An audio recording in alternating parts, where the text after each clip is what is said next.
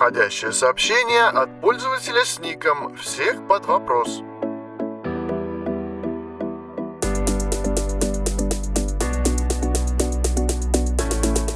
Привет, друг!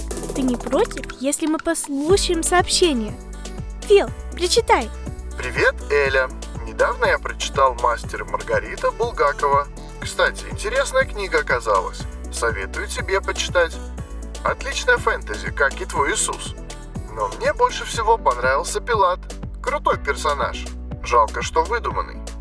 Интересно. Понтий Пилат из романа Булгакова действительно вымышленный персонаж, но он имеет реально существовавший прототип. Давай разберемся. Фил, напомни, кем был Понтий Пилат?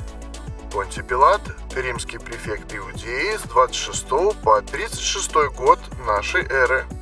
Упоминается ли он в каких-либо летописях или древних исторических источниках?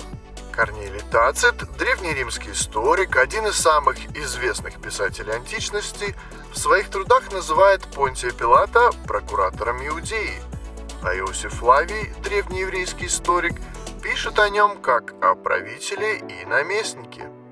Фил, а есть ли какие-то археологические доказательства существования Пилата? В 1961 году в Средиземноморском порту Кесарии итальянскими археологами был обнаружен артефакт, доказывающий существование этой политической фигуры. Эта археологическая находка так и называется «Плита из Кесарии». Кесария?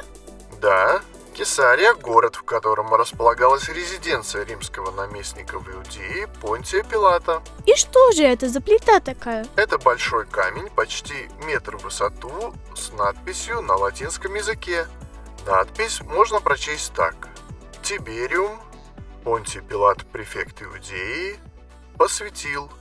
По мнению археолога Антонио Фрова, плита с посвятительной надписью была установлена римским наместником в культовом сооружении в честь императора Тиберия. А эта плита стала первой археологической находкой, подтвердившей существование Пилата? Верно. Она также подтвердила, что Понтий Пилат, называемый традиционно прокуратором, был префектом Иудеи. Круто! Мне нравится узнавать про новые артефакты. В 2018 году был обнаружен еще один интересный артефакт. Об этой находке сообщает израильский археологический журнал Exploration. Археологи нашли кольцо, по-видимому, принадлежавшее самому Понтию Пилату. Оно было найдено в ходе раскопок, которые ведутся в античной крепости к югу от Вифлеема.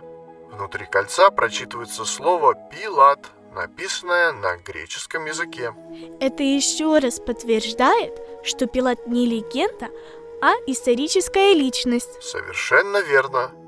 Его правление ознаменовалось тяжелым временем для иудейского народа, массовым насилием и жестокими казнями. В Библии описывается история встречи Иисуса Христа с тем самым Понтием Пилатом. Пилат был очень жестоким человеком, но что-то глубоко внутри подсказывало ему, что Иисус не сделал никакого зла, чтобы заслужить такую страшную смерть. И все же Пилат в угоду толпе не защитил Христа, а поступил еще хуже, удвоил его наказание. Сначала велел бичевать Иисуса, а потом отдать на распятие. Целиком эти события описаны в Евангелии от Матфея, 27 главе. Друг, в эти дни весь мир празднует праздник Пасхи, вспоминает смерть и воскресение Иисуса Христа.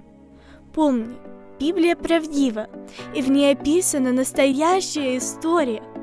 Она о том, какую огромную цену Бог заплатил за тебя и меня.